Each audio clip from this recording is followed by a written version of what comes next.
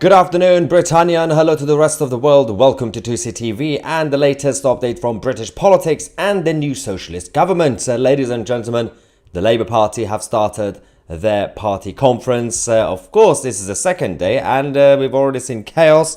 Meanwhile, the borders in the United Kingdom have been brought down again as the migrant invasion continues to escalate, while the Labour Party are having infighting inside their own conference.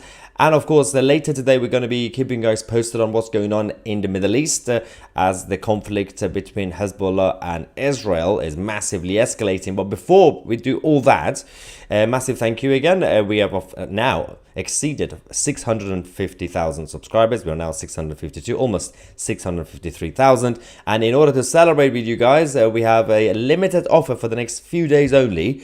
50% off of annual membership on 2CTV Plus. Use the promo code 2C50, obviously capital letters, 50. Use the link in the description or go on 2ctvplus.tv to join and get access to our premium shows, documentaries, and our chat forum if you want to talk to me and like-minded people. Of course, this only applies to new members, not upgrading from monthly membership. Now, let's talk about the Labour Party because Rachel Reeves, the new Chancellor who loves Davos and the World Economic Forum, as she managed to bring in a lot of big money from corporations during the recent general election. Instead of funding the Tory party, they all moved towards the Labour Party. And now all those corporations and CEOs, they want something in return, which is big government. Because big government helps big business, of course. High taxes, high regulation will only damage small and medium-sized businesses. But inside the conference, there were some chaotic moments, ladies and gentlemen. Rachel Reeves, as she is proudly reminding you, she is the first female chancellor. Woo, well done. And she kept talking about the fact that because she has the different genitalia compared to the other half of the population, she is very important because she's a woman. Then started having some chaotic situations with the hecklers, the other left-wingers, who decided to infiltrate the conference speech by screaming and shouting about how the Labour government shouldn't fund Israel, even though the Labour government have already cut the trade ties with Israel when it comes to weapons. And then they also shouted about oil and gas, obviously. Let's quickly go to that, and then we're going to explain the problem, especially when it comes to the migrant invasion at the same time. Ask the Conservatives. They're rule breaking. We are still selling arms to Israel. I thought we were voting for change, Rachel. Climate breakdown is on our doorstep.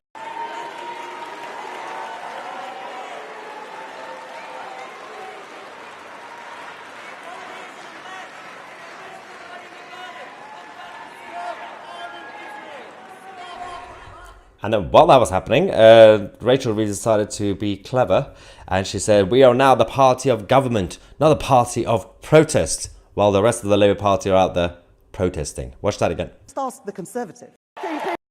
A Labour Party that represents working people, not a party of protest. Representing the working people. That's why they are taxing them to death and, of course, not showing them any support, especially during this coming winter. And, of course, the Labour Party could claim to be on the side of workers because the name of the party is Labour. And I'm pretty sure that's how it works, right? Just because the name of the party is Labour, that means they are on the side of the workers. Obviously, then the whole thing escalated. This is another clip that we have of the moment. This guy, there were a couple of them actually, were both kicked out of the conference. Be Rachel! We vote for change, Rachel!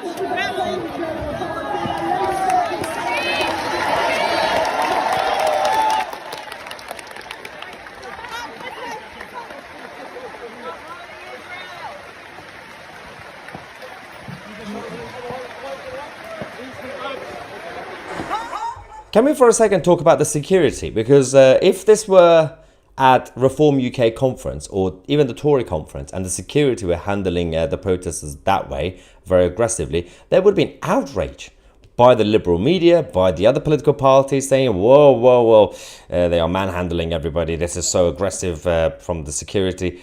But apparently it's okay when it's the Labour conference. So This is the double standards, because we've had it before, where at both Tory events and Reform events, when things like this happened, the newspapers and the media basically spend the next few days just attacking the security at those events, saying, well, look what the Tories do to protesters. It's democracy. Democratic protest is a right. The Tories are not allowing it. Reform UK is not allowing it. But apparently it's okay if the Labour government don't allow democratic protests, as they say.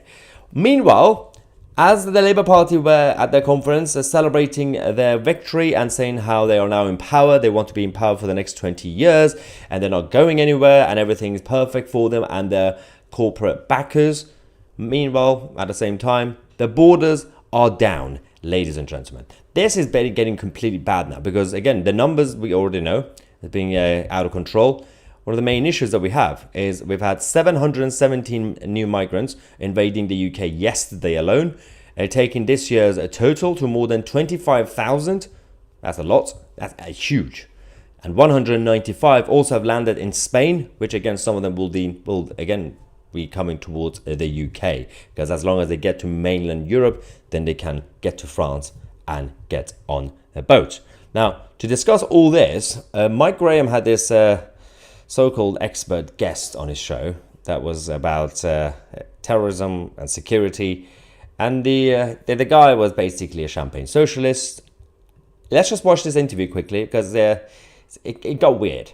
You look at facts, and the fact is that the vast amount of crime in Britain is generated by UK citizens who've been born here and well, that would Roger be because most of the people living in this country are British citizens. Therefore, they would always be in the majority. I'm not quite sure. Crime for the British. Let's not have foreigners doing crime. Well, you think there's no foreigners coming here and committing crimes? I didn't say that. You're putting words in my mouth. I said. I'm trying to understand what you're doing here. I don't know what you're doing here. I thought you were a terrorism expert. Are you not worried about people coming into this country and committing? See, this is the problem, because Mike Graham is not the best at debating these sort of things.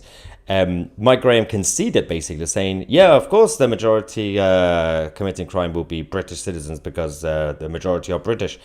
If you do the basic research, the stats show that people might be holding a British passport, but it doesn't necessarily mean that their ancestors were Anglo-Saxon. So when you look at the prisons, for example, even the British citizens, as of the population of prisons, the big chunk of them are actually not necessarily natives to this island. The majority are still there from second generation or third generation, or sometimes first generation, who recently just got their British citizenship and their passport. Holding a British passport doesn't necessarily mean that you're a native to this island. So that's one of the main issues. Of course, Mike Graham was right about the guy, the expert, because he was supposed to be worried about terrorism and security, and he seems to be okay with the fact that more people are coming in every single day. That means, of course, it's a national security concern. And of course, crime will go up. It's insane. Absolutely crazy stuff, guys. Someone says, thank you for the discount. It helped me finally join you. See, that's what we did. Although this was obviously just to celebrate. I went crazy the other night. I was like, finally, we've got 650,000 followers. And we're going to give you guys a 50% discount on our annual membership of 2CTV Plus. 2C50 is the promo code. Use the link in the description or just go on 2ctvplus.tv to join. The reason you should join now, firstly, because it's only a few days discount, limited offer, otherwise I'll go bankrupt. Secondly, tomorrow, hopefully, might be tonight, actually tomorrow, we will be posting our new docu-series, the documentary series on the rise of globalism. I think it's important for everybody to see that. Of course, we will post the short clips on YouTube as well as a promo for everybody else to share that as well, because I think it's important for people to understand what we are fighting against. Because a lot of people are out there, they've been listening to media and new media saying, oh yeah, I've heard people say globalists, this, that, globalism. I hear it's a bad thing. We know it's a bad thing, but I don't know exactly the details. What does it actually mean? Who are these people? Why are they doing what they're doing? And when did it start? How it started? In our documentary, The Rise of Globalism, we're going to go through all that. The origins and what is actually happening in our world. Super chat from Mike saying, seems like the left is eating itself again. I know, it's lovely to see, Mike, isn't it? They've been in power for 12 minutes and they are already having an infighting in their own conference. It's so bad. Okay. What else do we have in the live chat? Do we have any trolls, guys? If we have any trolls, put their username so I could have a nice exchange with them. Cameron McDonald says that we are living during a globalist attempt to end end of sovereignty of nations. Yeah, but it's not a new thing. This obviously, again, watch the rise of globalism and we'll explain why the inevitable evolution of globalization, that was just a natural part of the world because of industrial revolution, ease of travel. That globalization is one thing. Political globalism as an agenda, that is the problem. And it's not a new thing. It's been going on since the late 19th century, early 20th century, and they continue. Phil says globalism is capitalism. They will have the monopoly. See, this is completely incorrect, and I blame the education system for brainwashing people. So globalism is not capitalism, because globalism is the worldview of internationalism against nationalism and patriotism. It's not really about the economic model. Capitalism and socialism, obviously, in terms of the political and economic models, they are one thing. So you can have globalism under capitalism, you can have globalism under socialism. You can have both. Well, you can pick either, but obviously you can't do it both at the same time. And monopoly that you get from what we say corporatism, it's not capitalism, but it's corporatism. You only get it when big government and big business go hand in hand. In a truly a free market model that you've had in the past, you will never have a monopoly. You might have short-term dominance, but never a full monopoly. Monopolies always happen when you have big government and big businesses, because the big industries will lobby the government and they have them in their pockets, and they will make sure that they have a monopoly.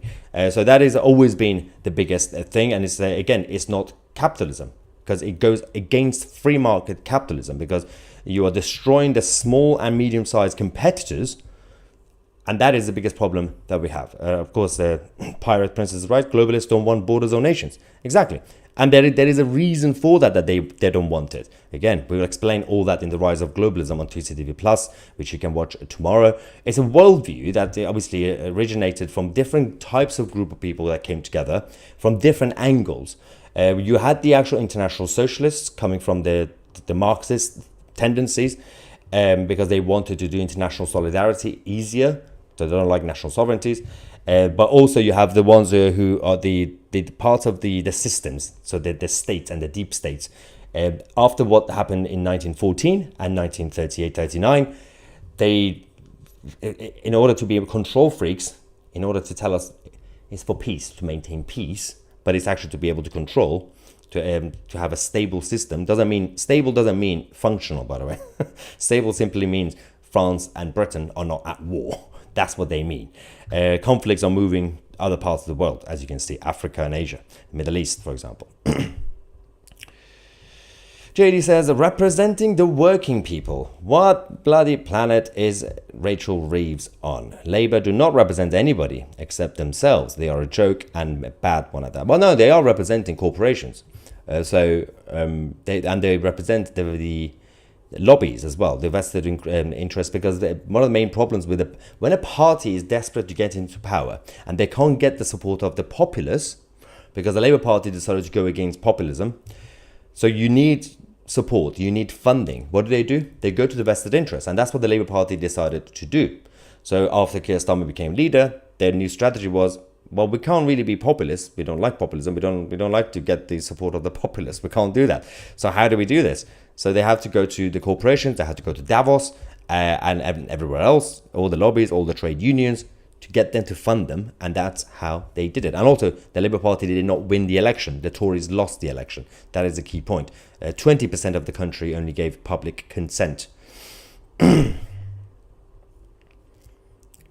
What's going on? Super chat time, guys. Sheila says, can we get someone to dress up as Bomban on the 26th of October to be our mascot?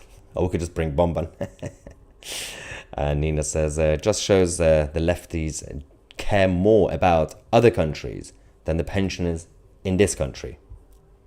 But yeah, I mean, this is again, when you have that tendency in your brain and a mentality of being an ultra-internationalist and a globalist, because you don't like and you fear national sovereignties, you think 1940 will happen.